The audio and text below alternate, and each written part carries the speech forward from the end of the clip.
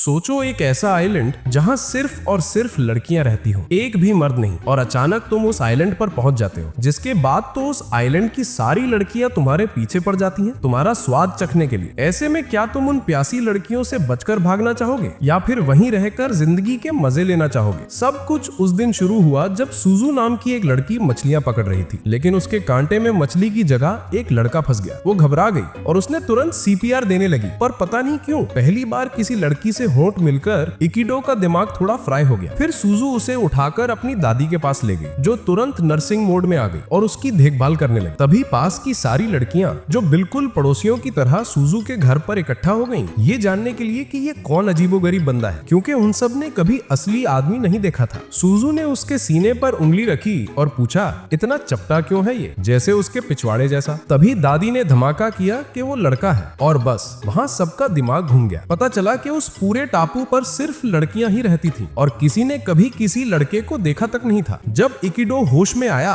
तो वो बहुत खुश हुआ कि शायद वो वापस जापान आ गया, पर दादी ने एक और ट्विस्ट फेंका। ये लोग जापानी तो थे, पर ये टापू कहाँ है किसी को पता नहीं। लड़कियां कई सालों से यहाँ फंसी हुई थीं और बस मदद की उम्मीद कर रही थी। फिर सुजू ने उसे नहाने को कहा। लड़का अभी अपनी कमीज उतार ही रहा था कि सुजू आ गई और बोली, मुझको भी साथ नहाना है। और ये सुनते ही इकिडो चौंक गया। फिर अचानक आन नाम की एक और लड़की आ गई और इस ड्रामे में शामिल हो गई। लड़के का दिमाग कुछ ज्यादा ही गर्म हो गया और वो बेहोश हो गया। कुछ ही देर में पूरे टापू की प्यासी लड़कियां उसे ऐसे दौड़ा रही थीं जैसे कोई लिमिटेड एडिशन प्लेस्टेशन 5 हो। सबको उसका हथियार चाहिए था और इकिडो अपनी जिंदगी बचाने के लिए दौड़ता रहा जैसे उसके आने वाले बच्चे उसी पर निर्भर हो। उसने चिल्लाकर पूछा, भगवान की कसम मैं क्यों दौड़ रहा हूँ, जैसे कोई इनाम हूँ। दादी ने बड़े सुकून से बताया कि वो इस दशक में पहला और अकेला मर्द है इस टापू पर। इकिडो बिल्कुल चौंक गया। अब उसने लड़कियों को भाव देने की बजाय उसने अपने अंदर का सिग्मा मेल एक्टिवेट किया और एक नाव बनाने लगा, ये कहते हुए कि वो इन प्यासी लड़कियों से दूर भाग जाएगा। तब लड़कियां उसे रोकने तक की कोशिश नहीं करती, जैसे कि उन्हें पता हो आगे क्या होने वाला है। इकिडो सभी को बाय बाय बोलकर वहां से जाने लगता है, पर फिर एक तूफान आता है जो उसे वापस उन लड़कियों के पास फेंक देता है। फिर दादी सामने आई और बोली कि यहाँ से जाना लगभग नामुमकिन है। तब इकिडो को अपने पापा की बातें याद आने लगी, जो उसे कहा करते थे कि तुम जिंदगी में कुछ नहीं कर सकते, हमेशा बेकार के बेकार ही रहोगे। इतना याद आते ही इकिडो ठान लेता है कि वो अपने पापा को गलत साबित करेगा। इकिडो ने बार बार वहां से भागने की कोशिश की, लेकिन हर बार नाकाम रहा। फिर उसने व्हर्लपूल के पैटर्न को समझकर एक धांसू योजना बनाई, पर जैसे ही उसने उसे टेस्ट करना चाहा, तभी अचानक एक बड़ा डॉल्फिन आया और उसे सीधे समंदर में फेंक दिया। सुजू ने तुरंत कूद के उसे बचा लिया। उसने उसे पानी से बाहर खींचा और बताया कि वो डॉल्फिन असल में उसे उस मेगा व्हर्लपूल से बचा रहा था, जो सीधे मौत के पास ले जाता है। उस नजदीकी मौत की घटना के बाद सुजू ने मुस्कुराकर कहा, स्वागत है इकिडो, अब से तुम्हारा नया घर है ये टापू। इसके बाद सुजू ने अपना पूरा नेशनल जियोग्राफिक मोड ऑन कर दिया और बताने लगी कि कभी इस टापू पर मर्द भी रहा करते थे, लेकिन फिर 100 साल में एक बार आने वाला भयंकर सुनामी आया और सब मर्दों को थैनोस की तरह स्नैप करके गायब कर दिया। ये सुनकर इकिडो के दिमाग में बल्ब जल गया कि शायद अगला सुनामी उसे इस टापू से निकलने में मदद कर सकता है। पर सुजू ने तुरंत उसका सपना तोड़ दिया और बोली, ज्यादा मत उछल, अगला सुनामी अभी लगभग 107 साल बाद आएगा। उस रात जब इकिडो दिन भर की टेंशन के बाद सोने की तैयारी कर रहा था, तभी हालात और खराब हो गए। अचानक पूरे टापू की महिलाएं एक साथ उसके कमरे में घुस आईं। हर एक औरत इकिडो पर अपना हक जताने लगी। बेचारा इकिडो डर के मारे पसीना पसीना हो गया। तभी गांव की बुढ़िया दादी आई और बोली कि लड़कियों की अंदरूनी इच्छाएं जाग गई हैं और अब उनके गुफा के दरवाजे खुल चुके हैं, इसलिए सब चाहती हैं कि इकिडो अपनी धार से उनके गुफा में थोड़ा पानी डाल दे। मगर प्लेजर अपोकलिप्स रोकने के लिए दादी ने अपनी पुरानी बुद्धि लगाई और बोली, कल एक हाइड एंड सीक की जंग होगी। जो लड़की इकिडो को सबसे पहले ढूंढ लेगी वही जीतेगी और उसे मिलेगा इकिडो का हथियार। अगली सुबह मुकाबला शुरू हुआ और इकिडो ऐसे भागा जैसे अगर लड़कियों ने उसे पकड़ लिया तो सब उसे खा जाएगी। वो अपनी पूरी जान लगाकर लड़कियों से बच के भागता रहा। इस बीच सुजू भी उसके पीछे भाग रही थी ताकि कोई उसे पकड़ ना ले। दौड़ते दौड़ते उसने दूर से आन को देखा। आन को तो पता ही नहीं था कि क्या हो रहा है। उसने सोचा कि फिर से लड़ाई का समय आ गया है और वो सुजू को फिर से पीटने को तैयार हो गई, लेकिन सुजू ने उछालकर उसे ऐसे पार किया जैसे उसका चेहरा ट्रैम्पोलिन हो। धीरे धीरे लड़कियां इकिडो के और करीब आने लगी, लेकिन सुजू एक एक करके सबको उठाकर किनारे फेंकने लगी। फिर एक आखिरी कोशिश में इकिडो चट्टान से कूद गया। नीचे पहुंचकर उसे एहसास हुआ कि अब कोई भी लड़की उसके पीछे नहीं रही। खुशकिस्मती से उसने दूसरी चट्टान के किनारे को पकड़ लिया, पर जैसे ही वो ऊपर चढ़ने लगा, पर तभी उसे एक और लड़की मिल गई और वो जीत का दावा कर रही थी। ये सीन देखते ही इकिडो ने सीधा नदी में छलांग लगा लगा दी। नदी उसे बहाते हुए एक खूबसूरत पर खतरनाक झरने के किनारे ले गई। सुजू ने फिर से स्टंट वाली छलांग लगाई और उसके पीछे कूद पड़ी, पर उसके पहुंचने से पहले एक अजीब सी लड़की अपने बड़े से मुर्गे जैसी चिड़िया पर उड़ते हुए आई और इकिडो को उठाकर ले गई। पर इकिडो को ऊंचाई से डर लगता था, तो उसने इतनी जोर की चीख मारी कि लड़की ने उसे बीच आसमान में ऐसे गिरा दिया जैसे एक्सपायर्ड दूध। अब वो जा गिरा पूर्वी जंगल में, वही जगह जहां दादी पहले ही चेतावनी दे चुकी थी कि कभी मत जाना। वहां के मांसाहारी पौधे इंतजार में थे और तुरंत उसे खाद की तरह पचाने लगे। पर उससे पहले कि वो सच में उनका खाना बन जाता, सुजू फिर पहुंच गई और उसे बचा लिया। उसने हाथ आगे बढ़ाकर इकिडो को पकड़ने को कहा, पर इकिडो को याद आया अगर उसने सुजू का हाथ पकड़ लिया तो सुजू हाइड एंड सीक जीत जाएगी, तो वो तुरंत वहां से भाग लिया। इकिडो का हथियार पाने की ये महान दौड़ फिर जारी हो गई और भागते भागते बेचारा इकिडो एक पेड़ पर जा चढ़ा। लड़कियां उसके पीछे ऐसे चढ़ने लगी जैसे ज़ॉम्बीज। तभी आने ने कोई गैस निकाल दी और सबको बेहोश कर दिया। इकिडो ने फिर मौका देखकर उसे नदी में धक्का दे दिया। शाम ढलने वाली थी, उसे लगा अब आखिरकार मामला खत्म हुआ। तभी दादी आई और बड़े आराम से बोली कि विजेता सुजू है। इकिडो परेशान, कब, कैसे? दादी ने बताया कि जब सुजू ने उसे पौधों से बचाया था तब इकिडो ने गलती से उसके ऑरेंज को छू लिया था, बस इसी से वो जीत गई। पर सुजू ने जीत ठुकरा दी, बोली वो कंगला है और छोटा भी है और मैं उसे मजबूर नहीं करूंगी। मैं इंतजार करूंगी कि वो खुद किस लड़की को पसंद करता है। अगले दिन इकिडो अपने स्कूल बैग में अपना सामान ढूंढ रहा था और सुजू को एक चमकदार डिब्बा मिला। उसने सोचा कि शायद ये कोई मैजिक बॉक्स है, पर ये तो उसका एकदम लो क्वालिटी एंड्रॉइड फोन निकला। उसने उसे खूबसूरत कहा और इकिडो दंग। भाई को आखिर समझ आया कि वो एक ऐसे टापू पर फंस गया है जहां लोग अभी भी आग को पूजते हैं और पावर बैंक को भूत प्रेत समझ लेते हैं। कुछ देर बाद सुजू पानी लेने खड़ी हुई तो इकिडो अपनी ओवर कॉन्फिडेंट जेंटलमैन वाली एक्टिंग में बोला, मैं मदद कर देता हूँ। उसे पता नहीं था कि अभी उसकी जिंदगी का सबसे बड़ा एल मिलने वाला है। भाई 2 बाल्टी उठाते ही ऐसे कांपने लगा जैसे सर्दियों में कंबल के अंदर बैठा सिंगल लड़का। दूसरी तरफ सुजू ने अपनी बाल्टी ऐसे उठा ली जैसे पेट में रहते ही पुशअप्स की प्रैक्टिस की हो। इकिडो ने इज्जत बचाने के लिए बड़बड़ाना शुरू कर दिया कि बहुत भारी है, लेकिन उसकी बची खुची इज्जत भी खत्म हो गई जब रेन आराम से एक मेगा बाल्टी लेकर ऐसे निकल गई जैसे ये रोज की बात हो। उसकी मर्दानगी जमीन में 6 फीट नीचे गड़ चुकी थी। फिर भी उसने बहादुरी दिखाने की कोशिश की और पानी लेकर दौड़ लगा, लेकिन कुछ ही दूर जाकर धम से गिर पड़ा। लड़कियां बोली ये तो बहुत नरम है। तभी रेन की बहन मकोटो आई, पूरी साइड कैरेक्टर एनर्जी लेकर जिसकी किसी को जरूरत भी नहीं। इकिडो ने थोड़ा चांद दिखाने की कोशिश की, पर सुजू ने उसके सपने तोड़ दिए और बोली, मकोटो तुम्हारी तरफ दूसरी बार भी नहीं देखेगी, भले ही तुम आग पर जल रहे हो। इसके बाद दोनों ने दिन के बाकी काम शुरू किए और जैसे इकिडो सोच रहा था कि इससे बुरा क्या होगा, तभी दोनों खेत पर पहुंच गए। आलू निकालने का काम था। इकिडो बोला, मेरे पास सुपर पावर है, मैं एक उंगली से पूरे खेत के आलू खोदकर निकाल दूंगा। लेकिन हकीकत ने उसकी कमर तोड़ दी, वो एक भी आलू नहीं निकाल पाया। अब सुजू की बारी थी, पर दोनों ने मिलकर बड़ी मुश्किल से एक ऐसा आलू निकाला जो साइज में बहुत बड़ा था। ये देखकर इकिडो को समझ आया कि इस टापू पर सब कुछ स्टीरॉइड्स पर चलता है। फिर वे दूसरे फार्म स्पॉट पर गए जहां बड़े बड़े मशरूम उगे थे। सुजू ने जाकर एक मशरूम ऐसे तोड़ लिया जैसे वो पत्ते जैसा हल्का हो। इसे देखकर इकिडो ने सोचा,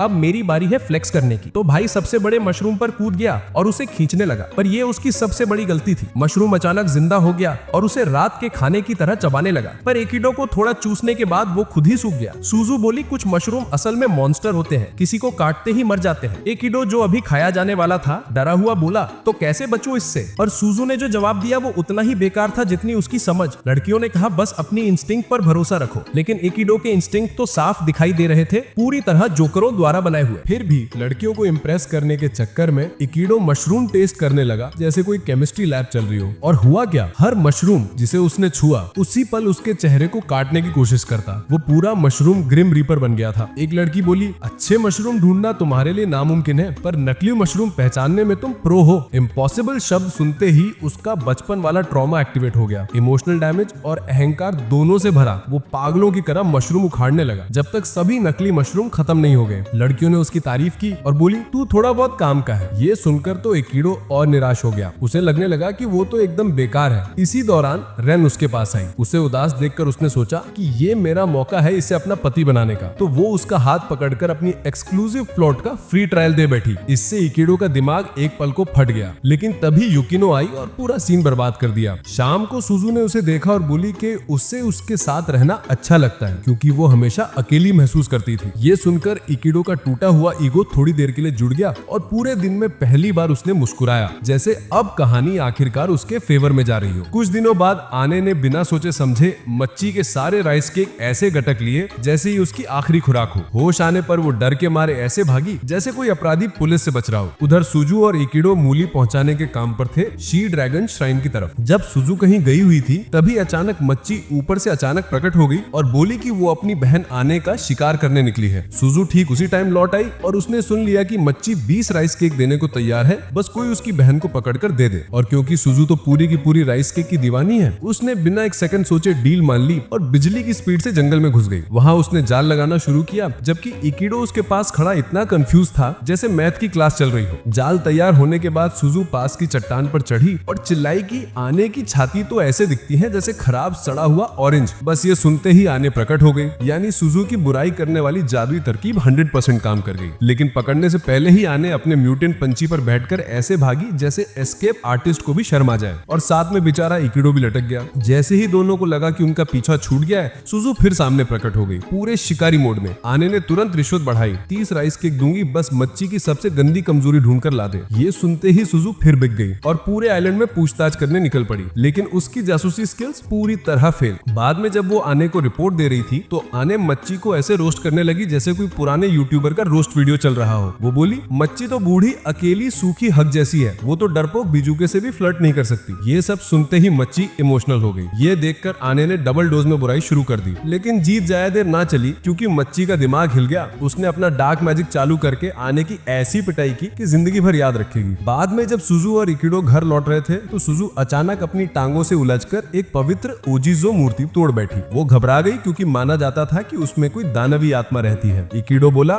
मैं सिर्फ साइंस पर विश्वास करता हूँ। दोनों मिलकर मूर्ति के टुकड़े जोड़कर उसे जैसे तैसे ठीक कर देता है और सुजू को बोलता है, शांत हो जा, कुछ नहीं होगा। लेकिन जैसे ही वो दूर गए, मूर्ति की आंखें चमक उठी और ये उनको पता भी न चला। उस पल से सुजू यकीन कर बैठी कि वो दानवी आत्मा अब उसकी जान के पीछे पड़ गई है। डर के मारे उसकी नींद चैन सब गायब, और क्योंकि आने जैसी शरारती लड़की मौके कभी छोड़ती नहीं, उसने सोचा कि ये तो परफेक्ट मौका है सुजू को डराकर मजा लेने का। लेकिन जैसे ही वो अपनी प्रैंक मुहिम शुरू करने वाली थी, असली आत्मा सामने आ गई। आने की हालत ऐसी हुई कि डर के मारे वो सीधा बेहोश होकर गिर पड़ी। इकिडो ने उसकी मौत जैसी चीख सुनी और बाहर दौड़कर आया, जहां उसने उसे जमीन पर पड़ा पाया। आने कुछ बड़बड़ा रही थी, भूत प्रेत डरावनी बातें, लेकिन इकिडो ने इसे रात में सोने से पहले वाली कहानी समझकर इग्नोर कर दिया। वापस अंदर आया तो देखा कि सुजू को एक तैरता हुआ खिलौना जैसा राक्षस बंधक बना रहा है। फिर भी इकिडो बिना डरे शांत खड़ा रहा। भूत ने पूरा फाइनल बॉस मोड एक्टिवेट कर दिया, लेकिन इकिडो ने एक ही पंच में उसका मैच खत्म कर दिया, पूरा साइटामा स्टाइल। फिर उसने उस डरावने खिलौने के सिर पे थपकी देकर कहा, तू अकेला है ना, ठीक है, मैं सबको बोझ दूंगा कि तू भूत नहीं है। वो आत्मा शांति से चली गई और फिर भी इकिडो ने मानने से इनकार कर दिया कि वो कोई भूत था, भले ही वो उसी के सामने गायब हो गया था। कुछ हफ्तों बाद युकिनो अपने जैम शॉप में घुसी तो देखा कि एक मोटा सा कोको कलर का फर वाला जानवर कुमा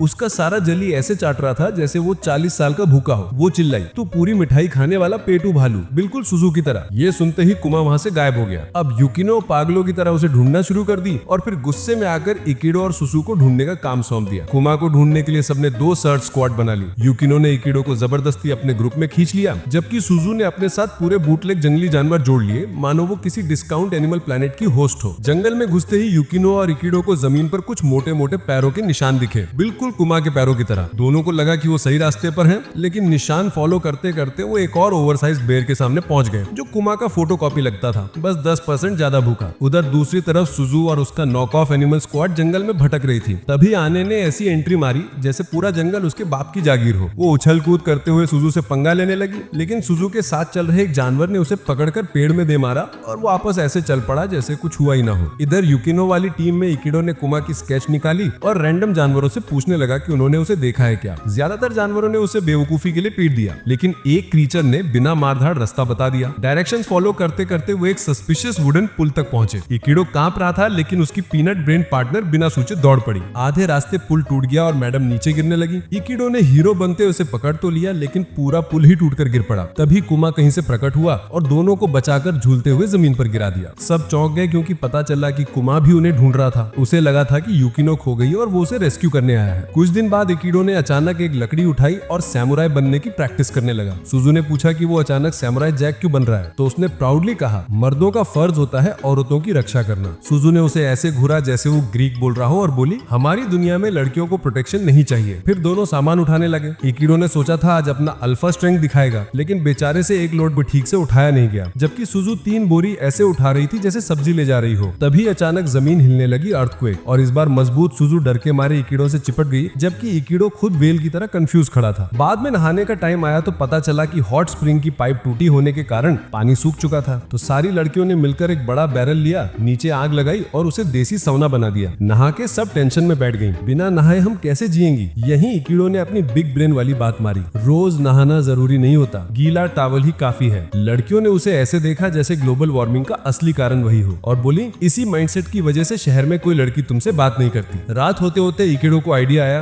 अगर वो टूटी प्लम्बिंग ठीक कर दे तो लड़कियां उसे रोस्ट करना बंद कर देंगी। अगली सुबह वो हॉट स्प्रिंग सिस्टम ठीक करने दौड़ पड़ा, लेकिन लड़कियां जिन्हें डर था कि वो और नुकसान न कर दे, उसके पीछे पीछे चल दी। सबने मिलकर देखा कि हॉट स्प्रिंग पूरी तरह जाम हो चुकी है, और बिना दिमाग लगाए इकिडो और Suju suspiciously deep spring well में कूद गए ताकि ब्लॉकेज हटाया जा सके। जैसे ही दोनों नीचे उतरकर काम शुरू ही कर रहे थे, मदर नेचर ने फिर से अर्थक्वेक ला दिया। पूरा इलाका टूटकर धंस गया और दोनों अंडरग्राउंड स्प्रिंग के अंदर और गहराई में समा गए। बाहर निकलने की कोशिश में इकिडो ने देखा कि एक पतली दरार से हल्की हवा आ रही है, मतलब वहीं कहीं एग्जिट था, लेकिन जगह इतनी ऊंची थी कि वहां चढ़ पाना इम्पॉसिबल था। यहीं इकिडो का दिमाग फिर से चला। उसने सोचा अगर वो स्प्रिंग के पानी के सोर्स को मुक्के मारे तो पानी का प्रेशर उन्हें ऊपर उछाल देगा। जाहिर सी बात है ये बेवकूफी वाला आइडिया था, लेकिन वही तो इकिडो की स्पेशलिटी है। ऊपर से बोनस में एक रेड आइड वाटर डीमन भी गुफा में प्रकट हो गया, पर हमारे दोनों लव बर्ड्स अपनी जान बचाने में इतने व्यस्त थे कि ध्यान ही नहीं दिया। कई मुक्के मारने के बाद इकिडो का आइडिया सच में काम कर गया। स्प्रिंग एक गैस की तरह फट गया और दोनों को वेट नूडल्स की तरह हवा में उछाल दिया, और इस तरह वो वाटर डीमन से भी बच गए। जमीन पर लौटते ही गांव वाले खुशी से झूमने लगे क्योंकि उनका पानी का संकट खत्म हो गया था। सुजू ने कंफ्यूज लेकिन सच्चे अंदाज में इकिडो को मर्द कहकर धन्यवाद दिया, हालांकि उसे आज तक पता नहीं कि मर्द होने का मतलब क्या होता है। कुछ दिन बाद जब इकिडो कुछ भी काम नहीं कर रहा था तो सुजू उसे साउदर्न फॉरेस्ट की तरफ घसीट ले गई ताकि वो अपने लेजेंडरी मास्टर से मिलवा सके, जो कि ईस्ट का लॉर्ड भी था। रास्ते भर सुजू उसे ऐसे हाइप कर रही थी जैसे कोई एंशिएंट मार्शल आर्ट्स गॉड मिलने वाला हो, लेकिन इकिडो के सारे सपने टूट गए जब उसने उस लेजेंडरी मास्टर को पहली बार देखा। एक मोटा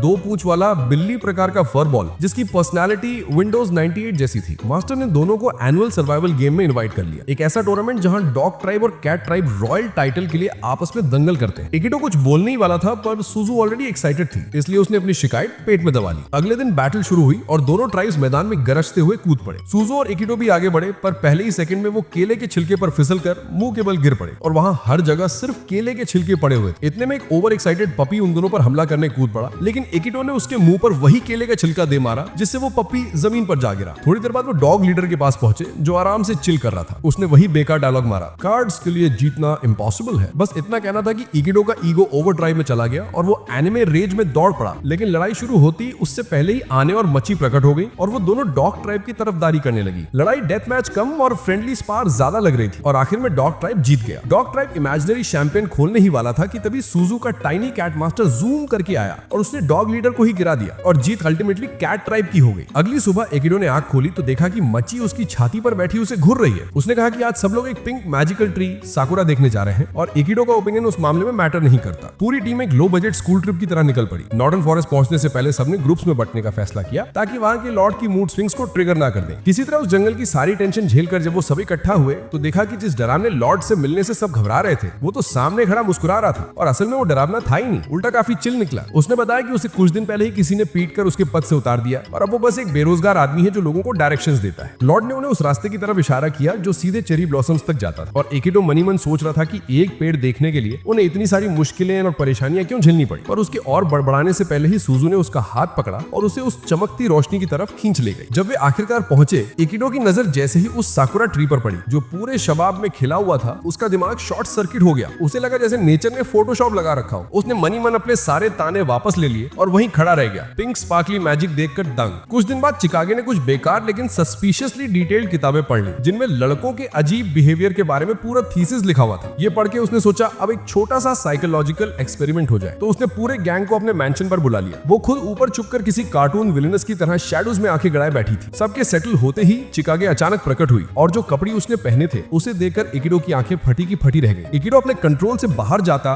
उससे पहले ही वो तुरंत एक नॉर्मल आउटफिट में लौट आई ताकि इकिडो को हार्ट अटैक ना आ जाए और उसका हथियार भी शांत रहे। इकिडो ने पूछा, तुमने ये सर्कस वाला कॉस्ट्यूम पहना क्यों था? चिकागे बोले कि उसने अपनी कर्स्ड किताबों में पढ़ा था कि लड़कों को ऐसी ड्रेस वाली लड़कियां पसंद होती हैं। बस उसे अंदाजा नहीं था कि इकिडो इतनी जल्दी अपना आपा खो देगा। जब उसने पूछा कि ये गंदी किताबें उसे मिली कहां, तो चिकागे ने कहा कि समुद्र कभी कभी अजीब चीजें उगल देता है। फिर वो सबको अपने कलेक्शन रूम में ले गई जहां इंसानों की बनाई हुई चीजें पड़ी। चिकागे ने इकिडो से कहा कि उसे उसकी मदद चाहिए, पर उसने कहा कि ये सब बेकार है क्योंकि इन सबको चलने के लिए बिजली चाहिए जो इस आइलैंड पर ऑब्वियसली एग्जिस्ट ही नहीं करती है। जब वे लोग डिनर बनाने के लिए निकलने वाले थे, चिकागे ने यूनो रिवर्स कार्ड खेल दिया। उसने कहा कि वो चाहती है कि आज आज सब लोग उसके पास ही रुके और उसने सूजू को राइस केक्स ऑफर करके उसे तुरंत मना भी लिया। डिनर आया तो किसी को समझ नहीं आ रहा खाना है या कोरोना वायरस कल्चर। हर डिश इतनी बेकार थी कि लगता था हेल्थ मिनिस्ट्री ने इन पर बैन लगा रखा होगा। इकिडो ने डरते डरते खाया, डर इस बात का कि कहीं वो रातों रात ज़ॉम्बी ना बन जाए। बाद में लड़कियां नहाने चले गई। उनके निकलने के बाद इकिडो भी बात लेने गया और उसे क्या पता था कि चिकागे वहीं छुपी उसकी शावर परफॉर्मेंस देखने का इंतजार कर रही थी। जैसे वो घुसा, चिकागे चुपके से पानी में कूद गई और अंडर वाटर मोड में उसकी टूल की पूरी HD लाइव स्ट्रीम देख ली। इस दृश्य को देखकर वो खुद पूरी तरह लाल पड़ गई और एम्बैरस होकर पानी में दुबक गई।